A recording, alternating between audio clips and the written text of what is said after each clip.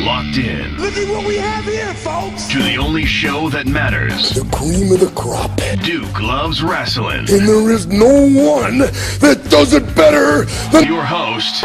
I have come here to chew bubblegum and kick ass. The Duke. And I'm all out of bubblegum.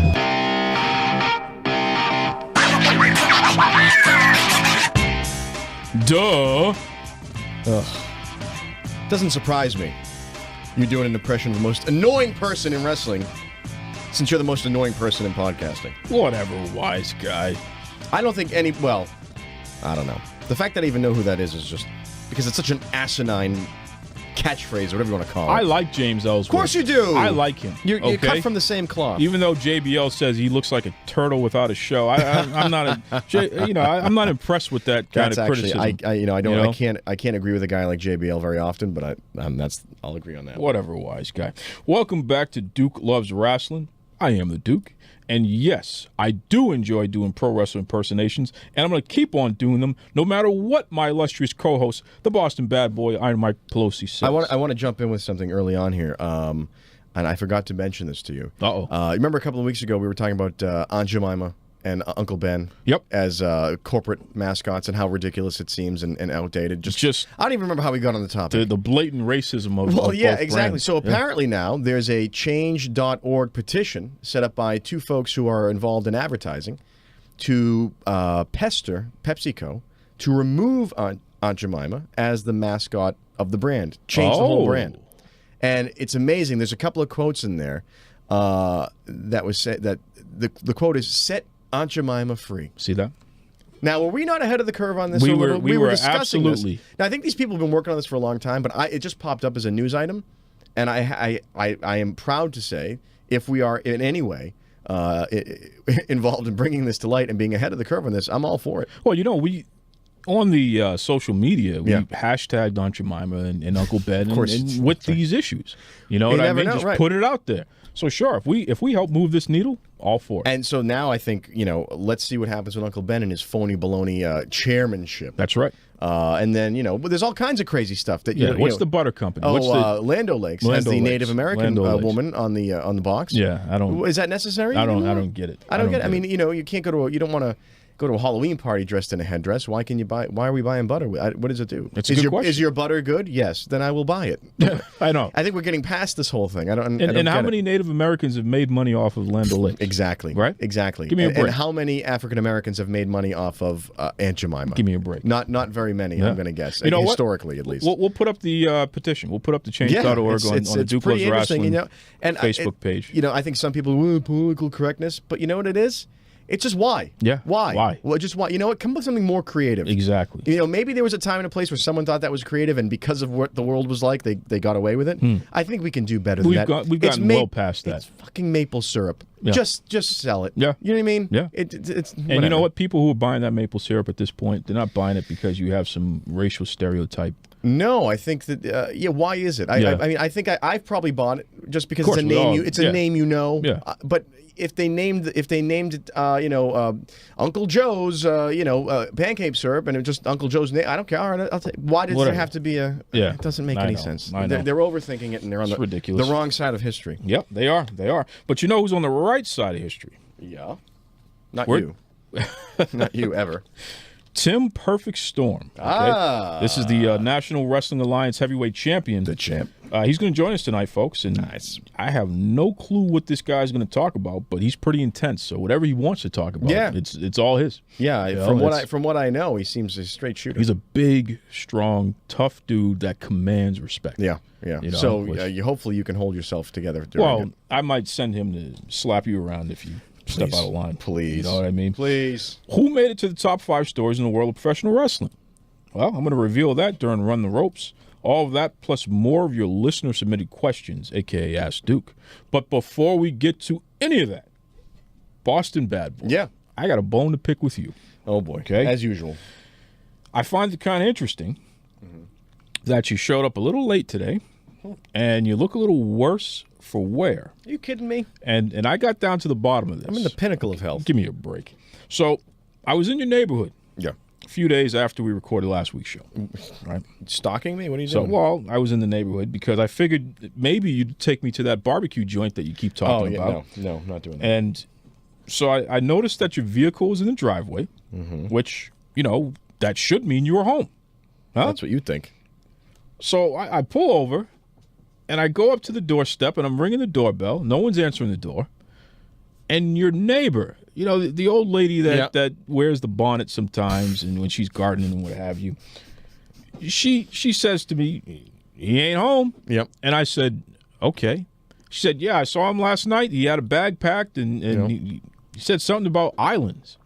So I want you to tell me, how is it that a guy who just came back from England not too long ago, what island were you at that you were gone First for of a few all, days? I am the effing man. Let's Yeah, start because I there. see the tan going on here too. You look a little burnt. No, I'm darkness. Yeah, I'm catching up to you. That's what You I'm got a trying long to do. way to go, bro. Yeah, I know, but I start somewhere. No, I had the opportunity, a last minute opportunity, to take a quick hop down to Bermuda. Must be nice. Must be nice. Listen, as nice as you think it is, it was better. Oh, it great. was better. Great. Let me tell you this. So the America's Cup, as we talked about and bored our listeners with a couple yacht of weeks racing ago, thing, yacht yeah. racing thing, is happening down in Bermuda. And I don't know if you've ever been. I don't know how many listeners have been. It's a beautiful place, and it's close. We're based out of Boston. It's a pretty quick flight. It's like an hour and 40 minutes or something. Just like that. So we just jumped down for a couple days. Some friends of mine. Oh, just jump And, down a just couple days, yeah. Well, we know people there. We know locals, so it was easy to kind of coordinate something. But I didn't know what kind of locals we really knew. These are friends of friends, and so our friends got a boat and said, "Hey, listen, we're going to go out on the boat. And we'll watch the races." And I said, "Unbelievable! This is really great." Okay, so we load up, blah blah blah, get the food, some booze, and then as we're heading out, he gets a call on his phone. Yeah, well, okay, great. Yeah, we're going to go over to my friend's island. And I'm thinking, well, we're on an island. Yeah. No, but in the Great Sound of Bermuda, which is sort of the big harbor, there's hundreds of islands. Like Bermuda's like 190 individual islands. Oh, I didn't know that. Huh. So he goes, yeah. I said, wait, your friend's island? Yeah, he owns an island. What do you mean he owns an island? He's very wealthy. He owns an island. Okay. I'm not going to. Okay. So we come around the corner to this island. There's a 50-foot catamaran docked at a private dock. We pull up. We tie up. His buddy's not there. He said, just go up to the house. The house. We walk up this hill. There is this house on the top of a hill. It's like a vacation. It looks like almost like a lighthouse. It's got this big deck around it. We get there, looking down on the race course. Right below us is the America's Cup race course. Whoa. So he's got the big screen TVs on with the commentary piped through. And he said, hey, go up the hatch and you can watch the start from the roof. I said, what? No, go up to the... We go up to the roof. It's got a railing all around, flat roof. And we stood up there and watched the start of the America's Cup from the roof of a house on a private island. And the helicopters were actually flying below us. That's the vantage point we had. Unbelievable. And I contend, in the entire history of the America's Cup, from 1859, I think, to present, no one has ever had a better viewing spot than we did on that roof. So what that's called is badass. What that's called is the Boston bad boy doing what he does and getting where he needs to be and, making you all jealous. That's all it is. So were you wearing that stupid captain's hat like the one in Gilligan's Island that you have? Yeah, that's right. Were you wearing that? I was. You were embarrassing yourself when you were wearing that, no, weren't you? Listen, I was dressed in... So in Bermuda, you wear dress socks, up, knee socks, and the shorts with a blazer. What? Are you kidding me? We walked into the Royal Bermuda Yacht Club. No problem. In and out.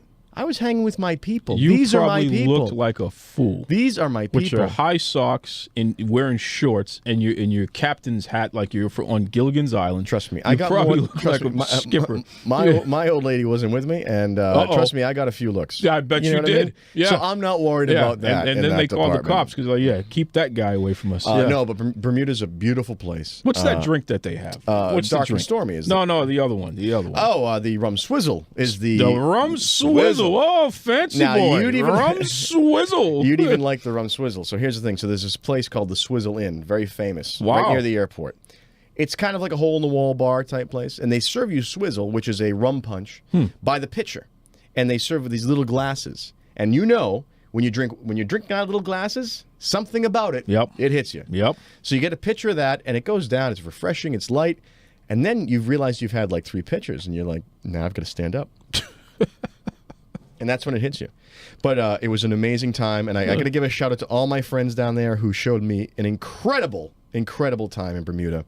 It's a beautiful place. Maybe I'll get you down there someday. I know you don't like traveling. Listen, if I go there, then I'm going to own the place. So listen, that might be a problem. Here's the problem with that. I already do. Oh, so there's only room for one of us on this island. Now that we've bored you to death about this yacht racing nonsense, no, but listen, high socks. Here's what it was. We talk about the 1%. And I mean this in a kind way, but just I got a glimpse at what that was like. Huh. And it was like looking into the sun. You know what I mean? It's almost too much for regular Joes like us. Sure. It was awesome. And again, the kindest, nicest people, but it's a whole other universe. Wow. And I enjoyed visiting, but And you were kind enough to not invite me. Never. On your little island trek. It didn't even cross sitting my on rooftops, mind. watching the America's Cup, drinking Swizzies and whatever it's called. It didn't cross my mind. Yeah. Not even one. You know what? I didn't think of you for 4 whole days, and Imagine it was beautiful. That. Yeah. That was the best part of the vacation. You know what? And now that you're back, I'm going to make your life miserable. You're always making my life miserable. I mean, whether I'm here or not. You're just a piece of work here. Folks, just so you know, the Duke is not going to be rushing off to islands and what have you here. You know why? Because I care about you. Oh, I'm going to be refreshed. I'm going to be ready to go because that's the kind of dedication I have to you, the loyal listeners of Duke Loves Rasslin. You want to tell you the kind of dedication he has right now? He's wearing a sweater vest in June.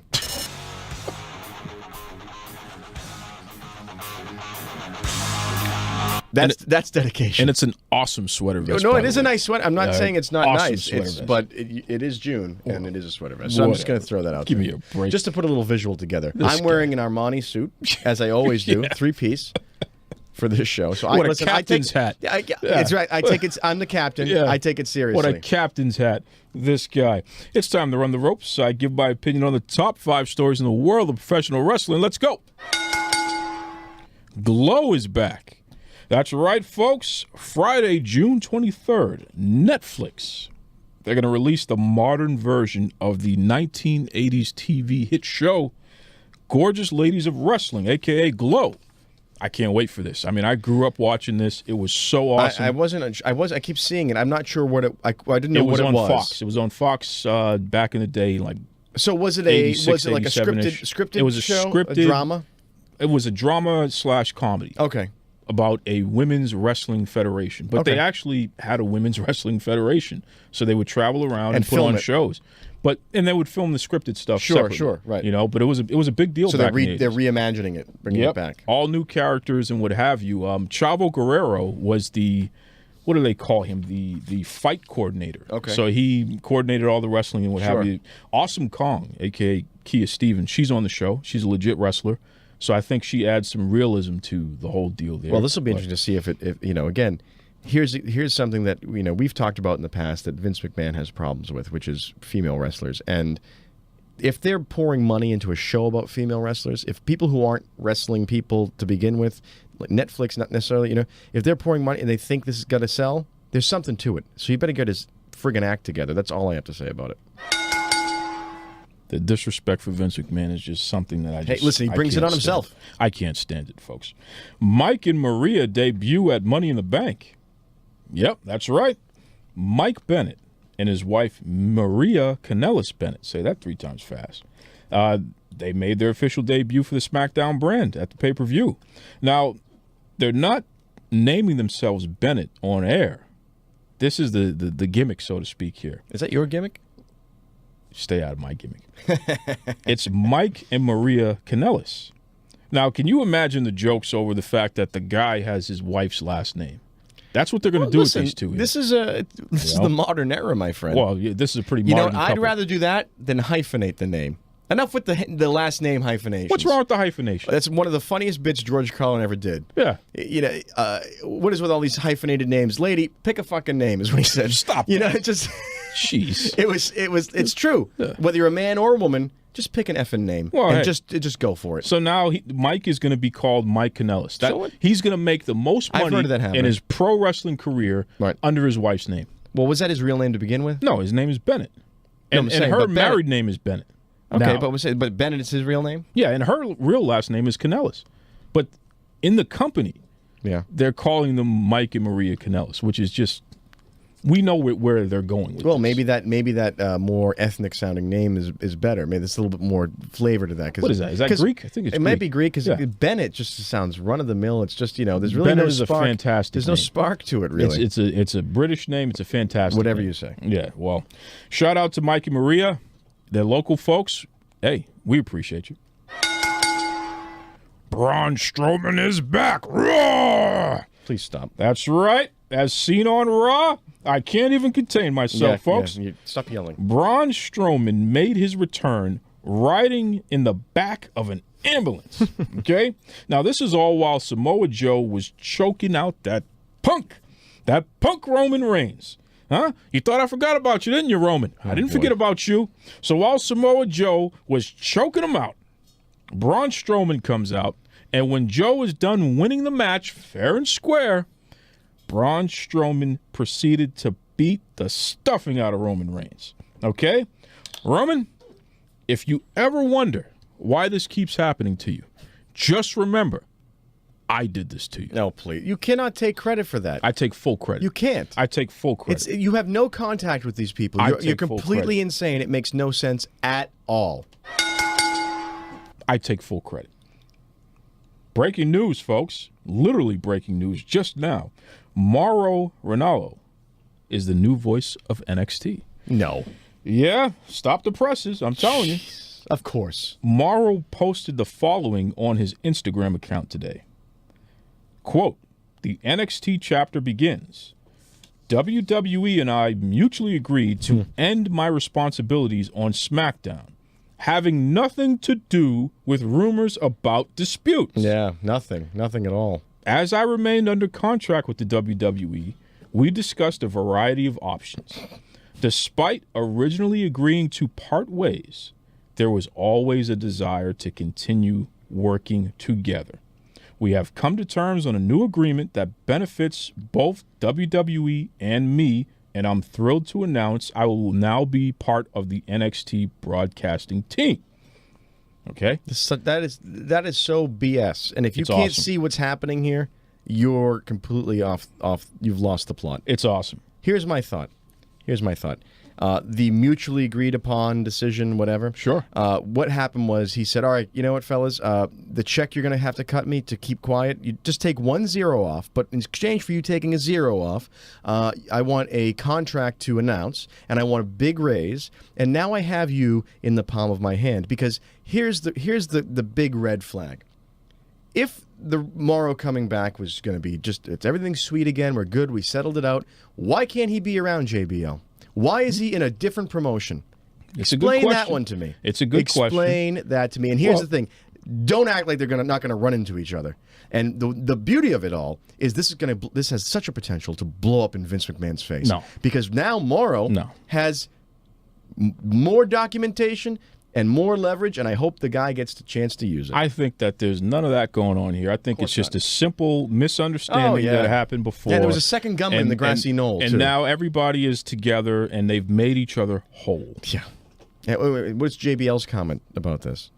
He has no Nothing. comment. Oh, of course What not. comment Well, does he have? his comment's going to come later in private. Just you wait.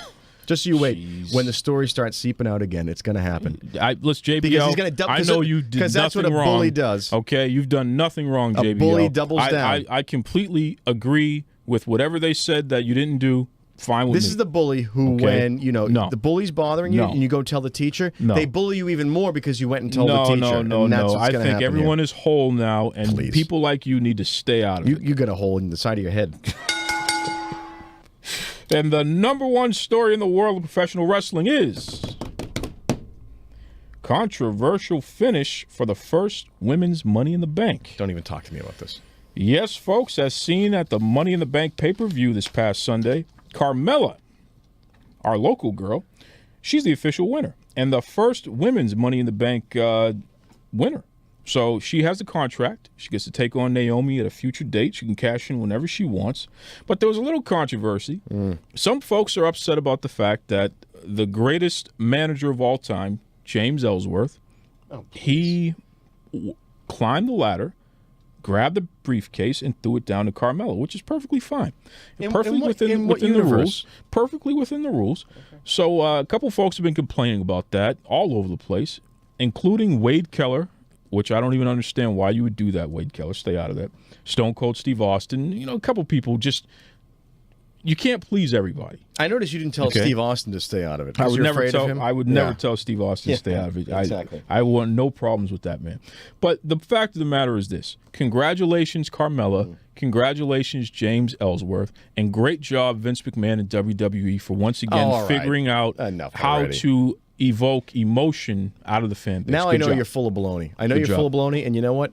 We got to move on with this. You've heard what I think. Now, what do you think? Do you think I'm a jerk? Yes. Do you agree with me? Maybe something in between? Head over to Facebook. Head over to Twitter. Type in Duke Loves Rasslin and let me know.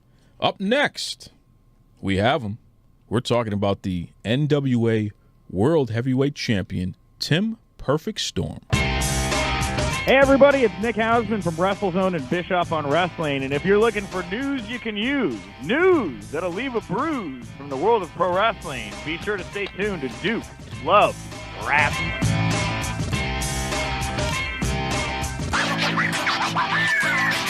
This is Tim Storm, NWA World Heavyweight Champion. The NWA title is the most prestigious title in the history of professional wrestling. Since 1948, there have only been 53 men to have the honor and the privilege to strap that around their waist. I am the 53rd. Men like Dusty Rhodes, Harley Race, Ric Flair, Sting, Steamboat, men like Kerry Von Erich, AJ Styles, and that's only maybe 8 or 10 of the 53. It literally reads like a who's who of a wrestling novel. It is the greatest people of all time that have been in our business.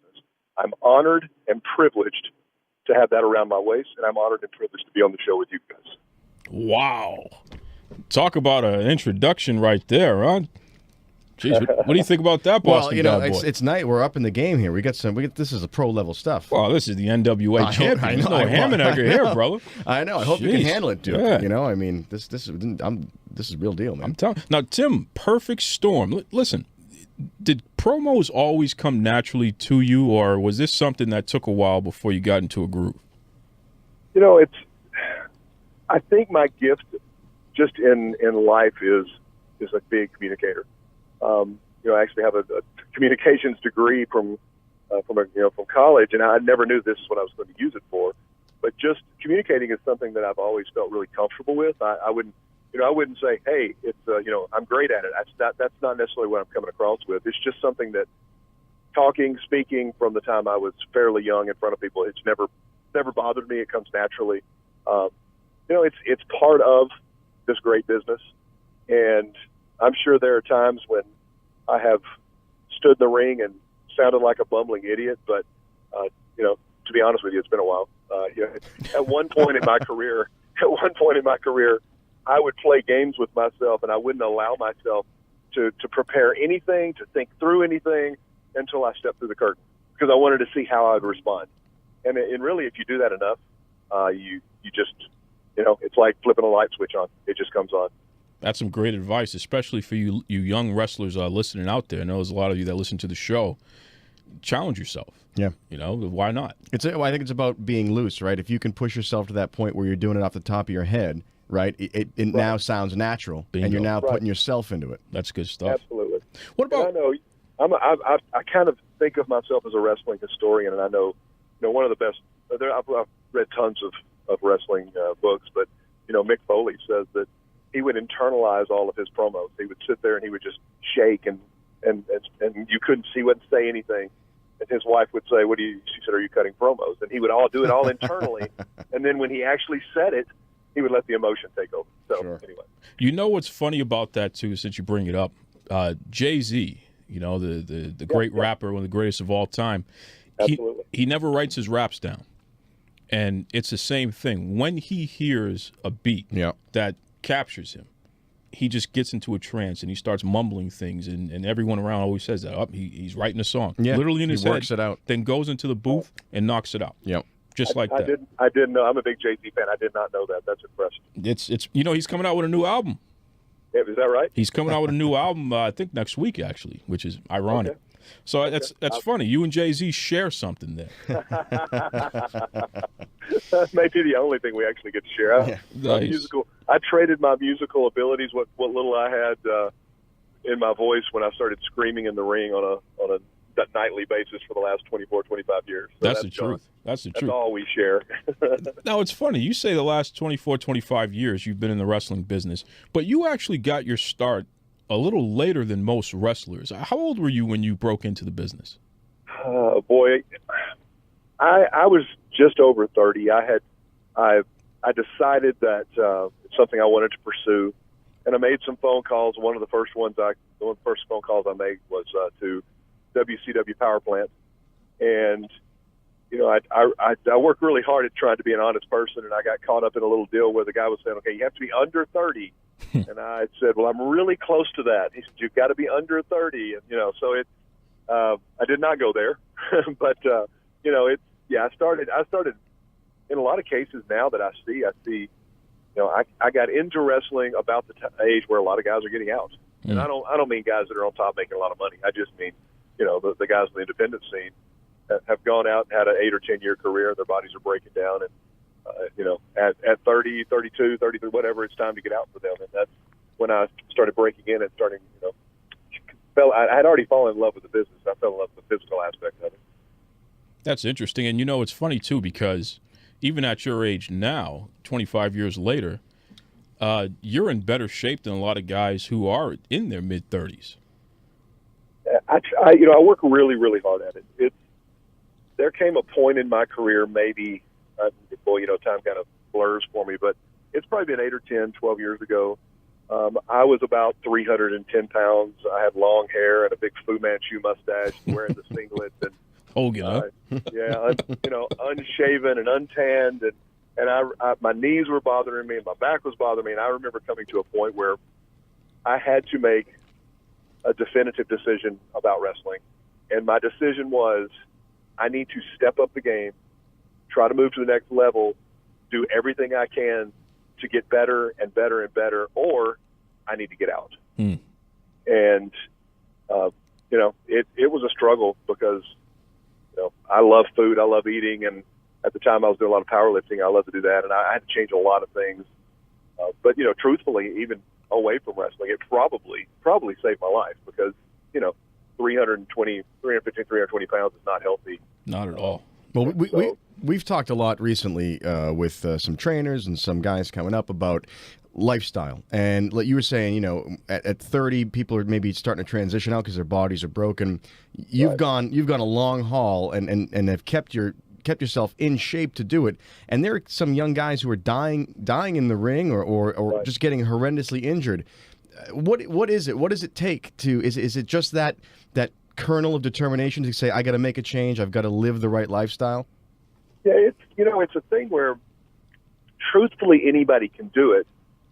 But I mean, as far as changing yourself, changing your body, you just have to get to a point where you truly want to, where you're willing to make those sacrifices. And even, I was complaining to, right now in the summer I do 2-a-days. I go in and I do somewhere between 40 minutes and an hour of cardio, and I mix that up with different things. And I do my ab work, and then I come in and have a workout partner in the afternoon. That's when we lift. And I was talking to somebody on doing cardio today, and I said it's so frustrating even now.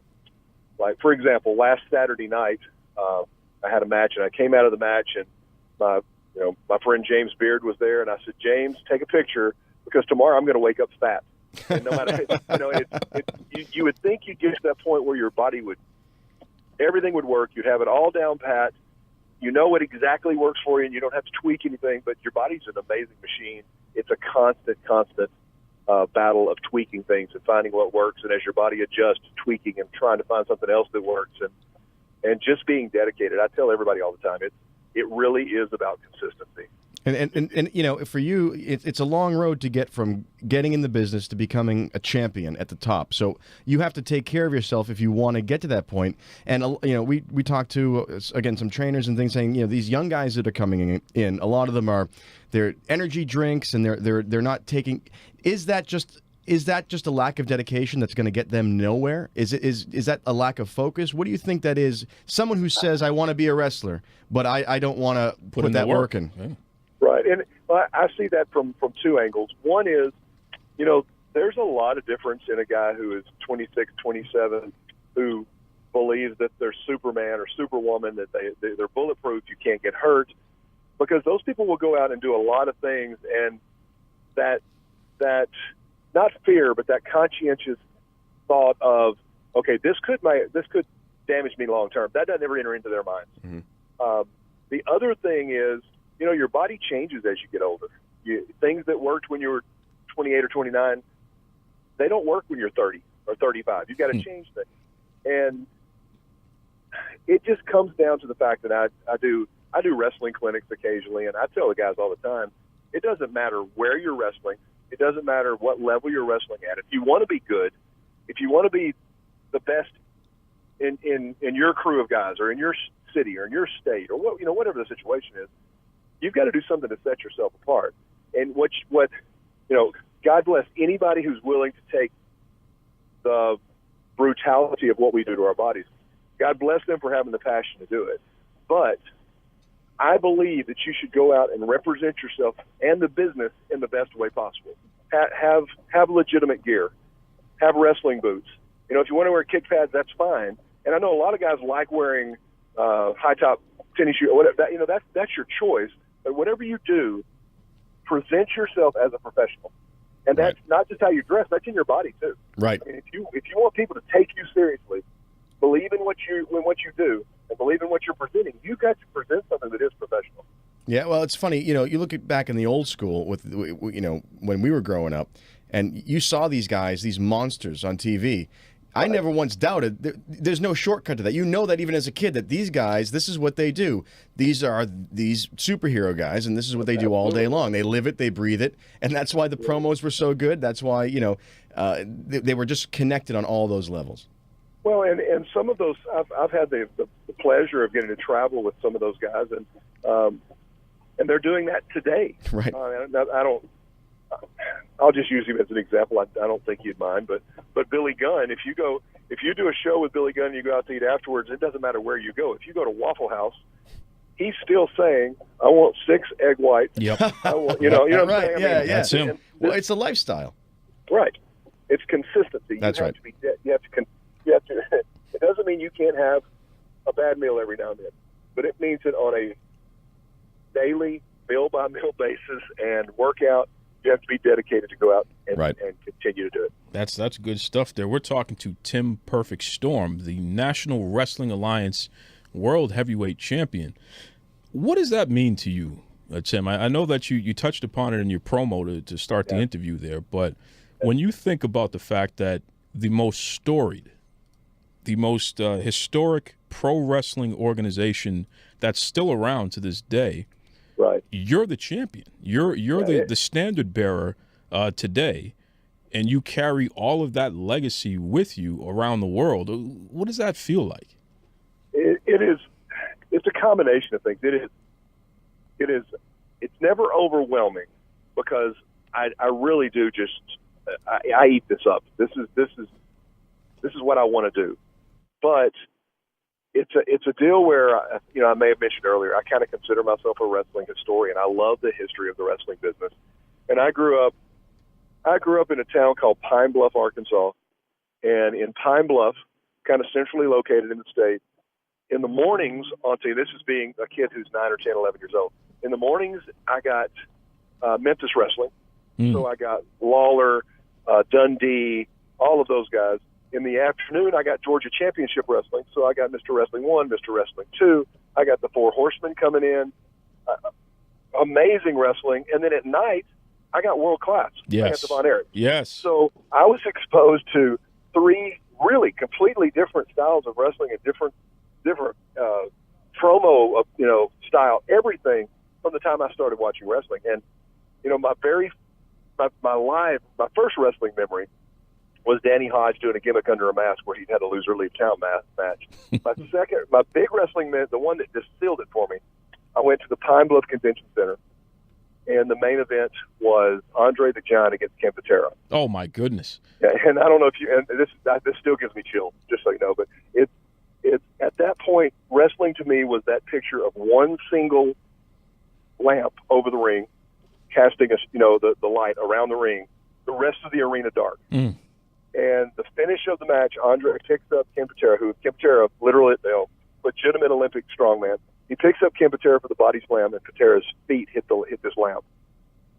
And the whole thing starts rocking back and forth, and he slams him 1, 2, 3. The match is over, and at that point, it was like, I have to do that. Wow. So put all those things together with the history of all those people that I grew up watching, and to put myself on a list, I would never be so arrogant as to put my physical abilities with race and flair and all. I would never do that. But to put my name on a list with those guys, because of the historical value in my head, in my heart, is just unbelievable. I don't think I ever sold myself short, but I never had a dream of being the NWA World Heavyweight Champion, because I honestly didn't know that was even a potential option. Wow. I didn't know that was reachable. That's a powerful statement there. And, I can understand where you're coming from, because the prestige of being the NWA champion, first and foremost, you have to be a fighting champion. Right, absolutely. You literally, it's not like you're staying in one territory. You have to travel not only all over the country, but all over the world defending that title, just like Harley Race, just like Ric Flair. Ric Flair did it all over the place 10 times over, right? So absolutely. Where are some of the places that you've defended the title since you've been champion? Well, within the state, I travel quite a bit. Let's see, in the last 5 days, if I count, I guess this last week, Sherman, Texas on Friday night, Dyersburg, Tennessee on Saturday night, and I will be in Kentucky tomorrow night, and then in Missouri on Saturday night, and that's 4 title defenses. Truthfully though, that's one of the pleasures and the joys of being able to do this. You're getting the best at every company, every NWA franchise that you're going to. You're getting the best competitor that they have to offer, promoting the NWA World's Champion, so it's probably one of the best crowds they've had in a long time. Mm. And any competitor would just eat that up. That's what we live for. The dream for every one of us is to be in front of a big, hot crowd and having a true competition and just going at each other. That's why we do this. That's the truth. That's the truth. Now, have you been outside? Where outside the country you've been? Because I know that there's an NWA territory in Japan specifically. Yeah, I've been out of the country quite a bit before NWA World Title. Canada, Mexico, Africa, but just this last year, I guess it was this year, I wrestled in Tokyo. A really interesting matchup. A guy named Hama Ryoshi, who had done some Wrestle One, had done some All Japan stuff. Was also his background was check this out. His background was sumo wrestling and MMA. Yep. Yeah, I was gonna say he's a stiff guy. I do know Hama. He's a stiff guy. He's I would say he's probably 5'10", 495 pounds. Can you imagine? And it was unique. Let's put it that way. I've been doing this long enough that in my mind I have a pretty good strategy about what when I run into something. I always say it's like a drop-down box on a computer. If this happens, I have these 3 or 6 or 10, and it happens really quick. If you get in there with a guy like that, it really minimizes your offense. You better strap yourself in, brother. Well, I decided that the very first lockup that we had, I punched him in the mouth as hard as I could just to get his attention. That's the way to do it. Hello. But it was funny. It was Japan is very strong style. They don't mind that, but it definitely got his attention. Yep. And then the rest of the match was, if I can get him down, I will never let him up. Because once you get him, if he's on his feet, he's almost impossible to get off his feet. And this guy, for that size, was very mobile. He wasn't an extreme, he wasn't a powerless or strong guy, but he's hard to move. He's hard to move. You're giving that me was some. unique. You're giving me some pointers here. You know, I got a guy who's my arch nemesis. Oh boy. In the world, not just in pro wrestling, but just in life. Okay. A guy who is nothing but a pumped up, nothing happening, overstuffed punk from the gym. Okay, he goes by the name of Roman Reigns, and I'm going to tell you right now, Perfect Storm, you're the NWA World Champion. You're giving me some great pointers on how I can handle that guy. So I appreciate it. So you say I can just get him on the ground and then never let him up. I'm going to write that down. Yeah, you better write it Roman down. Reigns, you think you got a tough time with Braun Strowman. You wait until the Duke. Now he's being trained by the Perfect Storm, man. You wait and see what happens.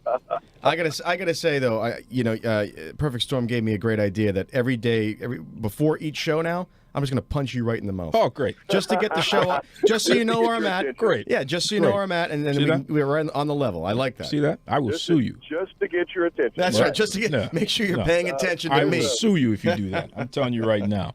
So listen, We are negotiating right now a return defense. We're looking at September. Kazumaro Miyoshi, who just this last he was, matter of fact, he was on the show Saturday night. He and Rob Terry had the NWA World's Tag Team titles. Oh yes. Lost them to the Heat Seekers. But we sat down and did some negotiations. There was a challenge. This guy's the real deal. I mean, unbelievably strong. I mean, I don't know who to compare him to, but this guy's a powerhouse, very, very talented. So we're looking at making a return trip over there in September, and that's just of my bucket things I wanted to do. I wanted to have multiple tours of Japan, and this is a good thing. So, hey, as an NWA champion, you have to. This is the job.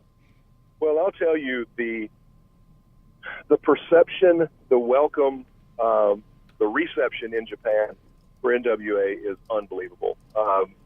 They matched me last time against Tama, and kind of the thought when I walked through the curtain was, okay, he's the local guy. He's sponsored by Ribera Steakhouse. Everybody knows who he is. And they're going to hate me. And I walked through the curtain as NWA World Champion, and Japanese crowds historically, and it's changing now. They're becoming more of an American-style crowd now, but historically have been very quiet. And when I walked through the curtain, they started chanting NWA. Absolutely. They love and respect the product, and they go back and they remember the Funks and the Briscoes and Flair and Race, and they truly, truly respect the history of the world title. That is awesome. That is awesome. So I got to ask you, Tim, since we've talked about the history, the prestige, we talked about your career. The NWA is really in the mainstream again because there's talk of the company being sold to the Smashing Pumpkin, Mr. Billy Corgan. Right. So I know that you're the champion, and this is something that you've told me offline. You don't care, just let you know who the next person you're going to wrestle is going to be, which I respect that. But let me ask you this. Let me take a different angle with you on this. Tim Perfect Storm, would you like to be a part of the next generation of the National Wrestling Alliance? Oh, without a doubt. Two things again. It's like Bruce Tharpe took something that was a struggling company and he poured his heart into it, and he did everything that he could possibly do to try to make it successful. When he made that commitment or that to sell, it was a big deal for him because that's another man who truly appreciates the history of the end of that. That's why he did it. And my thought with the Billy Corgan group is if he brings in that same, and I believe that he does, or he wouldn't have picked the NWA because he had his own shows in Chicago, things he was running. I believe that if he'll bring in with the resources he's got, with the media connections he's got, if he'll bring that in, anything that can happen to bring the NWA back to the forefront, I'm all for it. And as far as my involvement in that, I don't know. If Mr. Corgan said, hey, you're our world champion, we want to put this on your back, see if you can carry the ball, let's go. Because truthfully, and I know this sounds arrogant, but I've carried the ball in every promotion that I've ever been in, and I've never dropped it. Wow. I have no doubt that I can do that.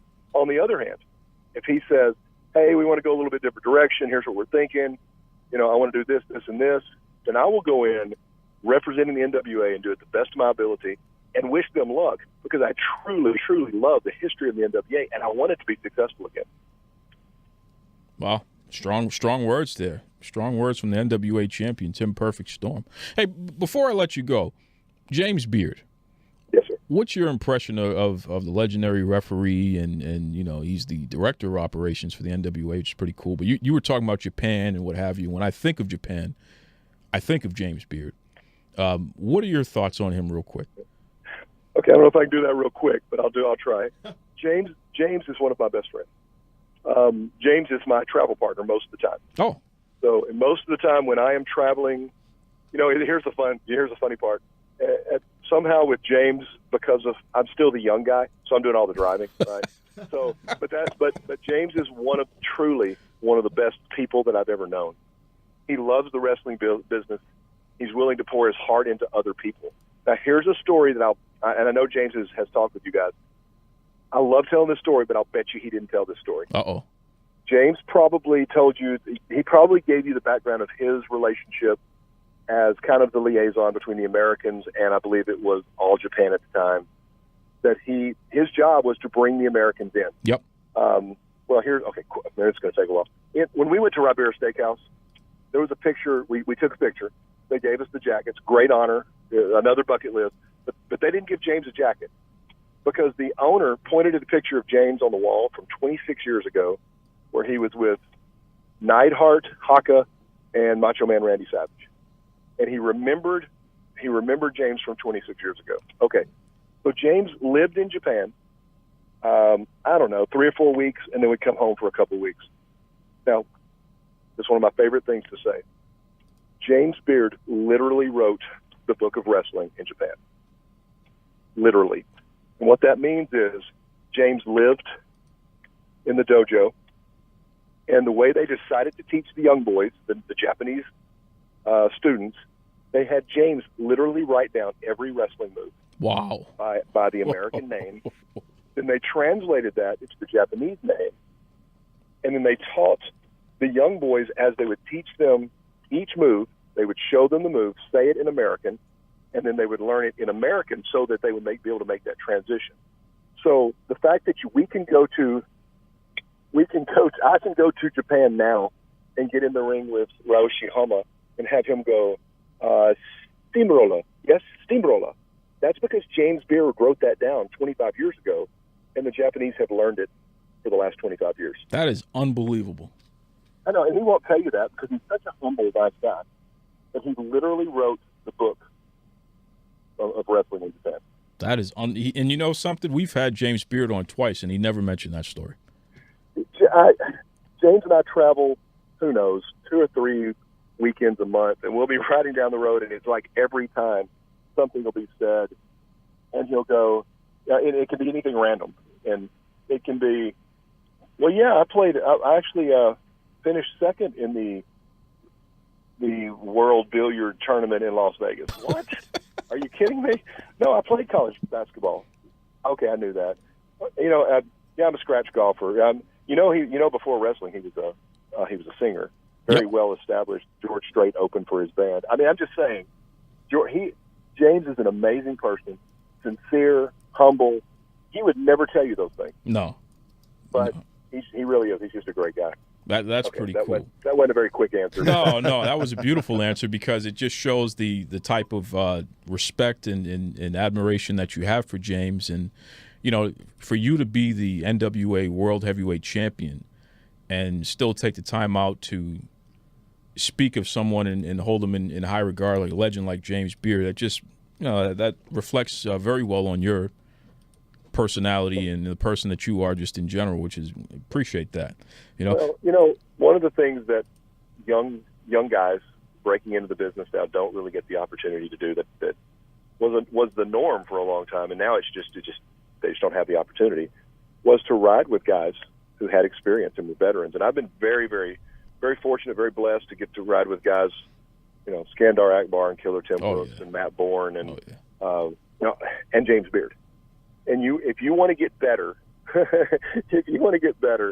have a guy like James Beard, who has worked all over the world, been in the ring with everybody who's ever been anybody, and have instant feedback on your match. You know, we can walk out of the ring, get in the car to go to the hotel, and I can say, "What do you think?" And he'll tell me what he thinks, good, bad, or indifferent. And that's, I mean, what a valuable asset to anybody. And no wonder you're at the top of your game there as a result. So geez. Shout out to James Beard there. Listen, Tim, if fans and bookers want to get in touch with you, what's the best way that they can reach out? Whether it's they want the NWA World Heavyweight Champion to defend on their card, or if fans just want to reach out and show you some love, what's the best way they can reach you? I love Facebook now. I have a lot of people who tell me Facebook's not the current anymore, but you know, Tim Storm on Facebook. You can do TimStorm01 for Twitter. You can do TimStorm01 at gmail.com. Any of those will reach me. And you know, I love hearing from fans. I love hearing from promotions.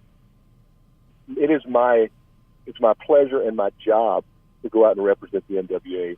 And man, what a great thing to do.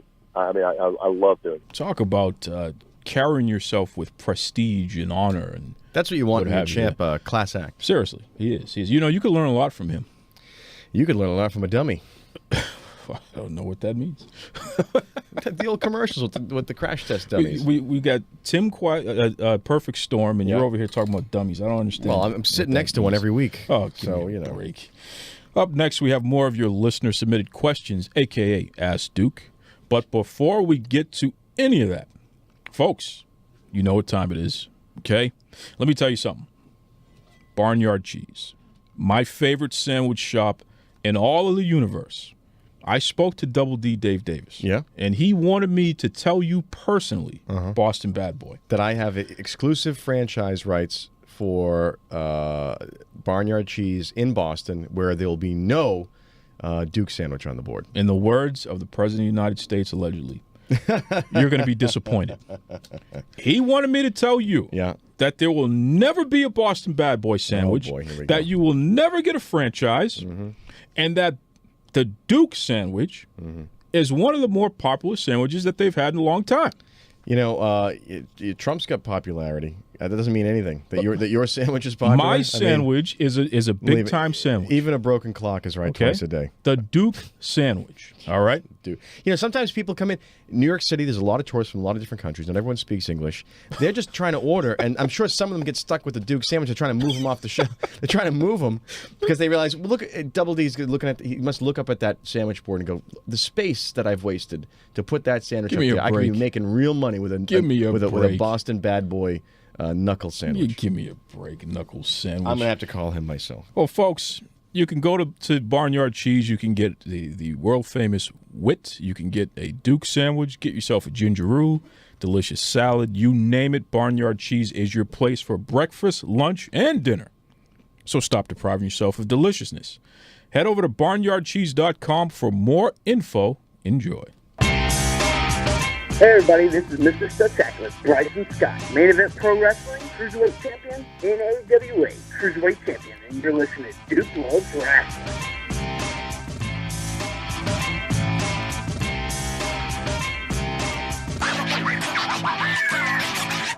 You know, it's funny hearing Mr. Studtacular there, Bryson Scott, shout out. He has put out an advertisement with his wife. Boy. And he has challenged other intergender couples out there, if they want to mix it up in the wrestling ring. Really? They can take on Mr. Studtacular and Nurse Veronica, as she was once called. She knows what I'm talking about. Shout out.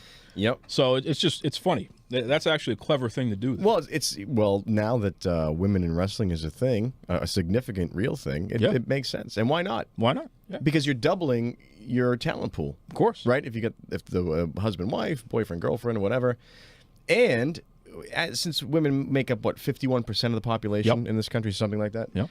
Why not bring in potentially more audience? Why not? Why can't you have a young girl who wants to look up to this rock star wrestler? She wants to be the new Simply Luscious. Why not? I'm with it. All right. I'm with it. What do you have for Ask Duke, Boston Bad Boy? You know, I'm just I'm running low on gas today. We talked about that earlier. Yeah, I'm running a little low on gas. You're a slacker. No, never. I'm the glue that keeps this whole operation together. I'll have you know. But let's just see if we can get through some decent questions today and move on to better things, as usual. So, the first question is from Noel Allah. Yes. Noel or Nal. Nal? Short for knowledge. Nal. Nal Allah. Oh, Nal Allah. Yes. See, I see that. I see Allah. It's Noel Allah. All right. See? I didn't know that. He's a big-time listener. You could have helped me out. Well, no, I see the name. I recognize the name. He's a big-time listener. Big-time contributor online. Yep. He's a guy that is definitely part of the wrestling crew. Thank you for letting me know so I didn't make an ass of myself with the pronunciation. You picked it out. What do you want me to do? Well, you picked it out. These are your people. Oh, well, hey. These are your and they don't agree with fans. you. Although I think he agreed with you one time, and I didn't like that. Yeah, don't worry. I didn't like that. Listen, they all agree in the end. You know, this guy calls Sasha Banks his baby. And I keep reminding him that she's married. Well, Makazi would kill this guy. Yeah, well, everyone can. You have a fake feud with Roman Reigns. It's not fake. So everyone's entitled to their insanity. I'd appreciate it if you take it seriously. It's very serious. Here's what's serious. It's very serious. Here's the question from Nal. Okay. The Eliminators are the best tag team I've ever seen wrestle, he says. What do you think? Well, I think that that is the most ridiculous thing I've heard. You must not have seen much wrestling in your life there, Null, if that's what you're saying. Everybody knows that the Steiner brothers are probably the greatest tag team of all time. The Hart Foundation, Demolition is pretty good. I mean, what are you talking? Hey, the Road Warriors, come on, man. The Eliminators. They were jobbers in USWA. What about the Bushwhackers? Bushwhackers, exactly. You know, they were called the Sheep Herders to start off with. Really? And they were blood and guts. Yeah. Every time they wrestled, they bust somebody. Yeah. They come to the WWE, they look in people's face. Really? Vince McMahon, marketing genius. They made more money licking faces than bleeding. Well, they had like the black. Was it like a black onesie? Camouflage. Oh, that's right. And like the not wife beater as some people call it. They wore those shirts and then camouflage. Tank top. And they would whoa, hey. Yeah, right. The whole bit. I remember that. Wow, that's fun. Isn't that crazy? Popped in. That was one of those memories that just pops in. Luke Williams was Rudy Boy Gonzalez's first match. Really? That's who he wrestled first. Again, because I've blocked out most of wrestling because I think it's imbecile. But, disrespectful. The guys with the big spikes on their shoulders. Those are the Road Warriors. Which are literally considered the greatest tag team of all time. And here we have Nall talking about the Eliminators. But you don't even know who they are. And you don't want to know who they are. No, I don't want to know. And this is, you know what, Nall? This is boring me. You're boring me. It's disappointing. It's hard for someone other than the Duke to bore me, and this is where we're going. And Sasha Banks is not your baby. Well, that's a whole other show. That's right. All right, so moving on to the next question from Claudia L. Roberts. Oh, Claudia. See, that's a real name, finally. Well, Claudia, I don't even have to look at the question, and I already know that we're going down the wrong road because Claudia is a little, I got to give props to Claudia because, they say if you use your middle initial, people think you're smart. Like if you put your middle initial on a resume, or my name is Michael J. That's a societal thing that people think you're smarter right off the bat. They think not me. No, not you. No, I don't. I think that Claudia she likes to start trouble. No, so Ms. Claudia L. Roberts. I guarantee you, this is going to be a question I don't like. Duke! Exclamation Look at point. that. Here we go. Admit it. Charlotte Flair is the greatest female wrestler ever. Exclamation point. See what I mean? The level of disrespect. No. Okay. What's wrong with her? It's her opinion. Well, I admit it. First of all, it's not. It's a terrible statement to make from it somebody who clearly doesn't know much about pro wrestling. True. No, look, Charlotte is good, but she's not the greatest female wrestler of all time. Everybody knows that Manami Toyota. Okay, this woman has had 15. Is it 15? Excuse me, 17 5-star matches in her career. I mean, are you kidding me? She's number 4 on the list for the most 5-star matches ever. Dude, listen, Charlotte is nowhere near that. And she just started. Maybe she will get close at some point, but she's no Toyota. So, no, Claudia, Don't ever send a question like that. That's so ridiculous. You're obsessed and quite with- frankly, I'm not happy with you. You're obsessed with obscure historical wrestlers to make your points. What about the new blood? What about the new generation? No, come on. What about people coming in? You Maybe don't she rewrite is. history, okay? Yeah, but maybe now though. Maybe now. Let me explain something to you. LeBron James is not the greatest here we go. basketball player ever. Okay, that title goes to Bill Russell. That's number one. Okay. Don't rewrite history. Okay. Number two, the wait a Yankees are minute. the greatest sports Listen, team ever. Here's the thing. I know probably less about actual sports than I do about wrestling. Yeah. But here's what I never understood. How do you compare any athletes in two eras where sports have evolved so much in technology and things? How can you even make the comparison? It's simple. Bill Russell is greater than everybody. Yeah, It but doesn't. You can are put him in any era. I'm saying you're saying based on numbers. Sure. You're basing it on his career numbers. Absolutely. He revolutionized the game. I'm not disagreeing with you, but I'm just He has curious 11 how, rings. Right, but it's like, baseball players, for instance, in the turn of the century, they're not playing the same technology that they're playing. So how do you compare these guys to new styles of game, this and that? Bill Russell, right, Yeah. played against more Hall of Famers than LeBron James has. Yeah, but LeBron's young. Okay. Listen, I'm not disagreeing with you. I actually agree with you on this point. However, I'm just curious is it a metric you can use comparing people of different eras? That's just pointless. Why don't you tell Claudia that? She's the one that came up with the ridiculous question. Well, not even, I don't even understand. But I mean, greatest ever is an impossible question to answer, probably generally. No, right? I can answer it. That's why they asked. Would Julius Caesar be a great general in modern day times? No, of course not. Right. Of course So not. how do you? It's course almost the same thing. No, it's not the same thing.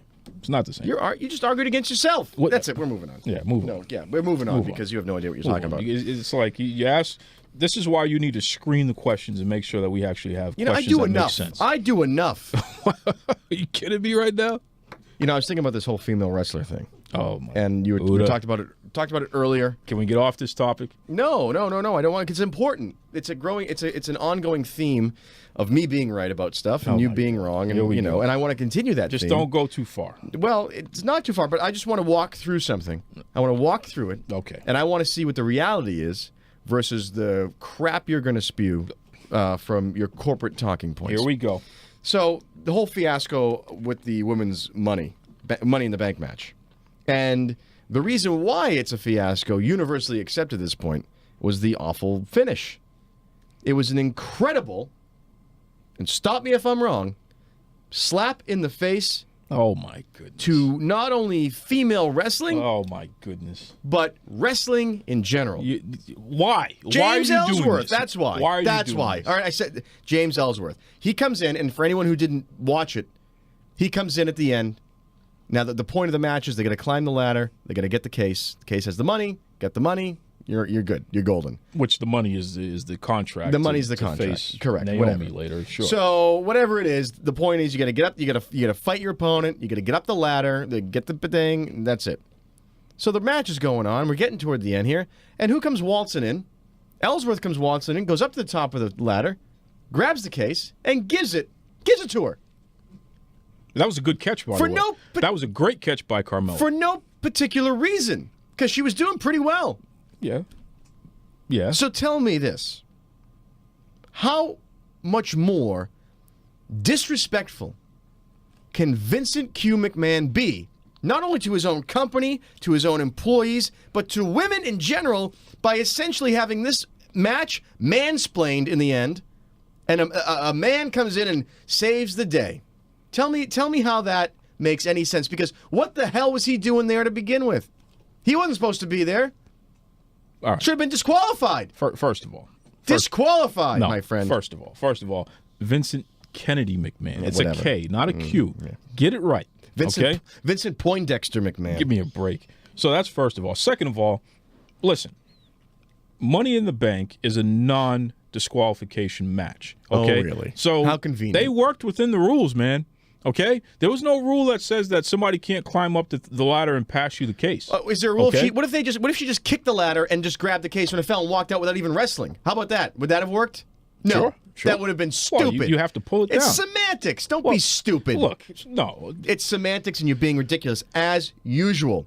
The winner of the match is the first one to pull the briefcase down. That's it. You can't kick the ladder out. You can't hire a helicopter to come with a hook. Sure you can. Why can't you? Get out of here. Why can't you? Because it's not in the spirit of the sport. It's not in the spirit of the match. This is about a heel being a heel. This is not a new match. You cheat to win. Oh, get out of here. Okay? Like Eddie Guerrero would say, lie, cheat, and steal. All right, but you know what? If Carmella had hired a helicopter that swooped in with a hook, at least she would have done it. We didn't need a man coming in here. Why not? Figuring out he's going to come and Why not? win it for a woman. I like Ellsworth. Hello, little lady. Let me saddle up here and I'll I come like down Ellsworth. to help. I doesn't thought matter what you like. It was written brilliantly. It doesn't matter what you like. And that just goes to show the WWE understands how to get some heat. It shows that the WWE continually, and specifically Vince McMahon, continually spits in the face of women and women wrestling. You know why? You know why? Because if she climbs that ladder, the next stop is the glass ceiling. And we all know that Vince doesn't want women or anybody in power, but especially a woman, clearly, because he has to have a man come in and keep her down. Give me a break. This is the stuff he does. Because if they're not doing Jello matches and mud wrestling, why? And having and having Trish Stratus moments where they're out there kissing Vince McMahon to make him feel better. Why are you bringing up that? You know stuff? Why? History. Okay? Like you said a few minutes ago, history is important. No. History is important, and history has shown that is what is up his alley. No, that is what is up his alley. No, you're sitting there disrespecting Vince McMahon. Okay, the fact that he even put that match on in the first place just shows that he cares about historic moments in wrestling. Yeah, historic. And Carmella won. Okay, so just give her the credit and stay out of it. You know, it was a historic moment. What? People segregating schools with fire hoses. Do you want to be on that side of history? Come on. What are do you want to be on that side of history? Because stop that. We're talking about the time and era where we are right now. Women's issues are very, very hot topic item. Okay. So what the point is, why is McMahon, instead of empowering these women who make him a fortune because people love them, why does he have to put his thumb in their eye at any moment? Because it doesn't serve his ego. It doesn't matter if it serves the greater good. It doesn't serve his ego. I am sick and tired of this guy right now, folks. I'm telling you. You're disrespecting Vince McMahon. And again, when you do if that... If a woman climbs that ladder and holds that briefcase over her head, it's not a long trip to a woman sitting in his seat, and he doesn't like it. I'm done. He doesn't like it. Thank you. You have nothing to Tim against Perfect Storm, NWA champion, for joining us today. Folks, you can head over to Twitter, head over to Facebook, type in Duke Loves Rasslin. Let me know what you think of the show here. And this week, I got to get out of here because the Boston Bad Boy is disrespecting Vince McMahon. Oh, well, and Vince McMahon has done so much for the wrestling business. But he's afraid and you of a woman continue having a little to bit of poke power. him in the ear.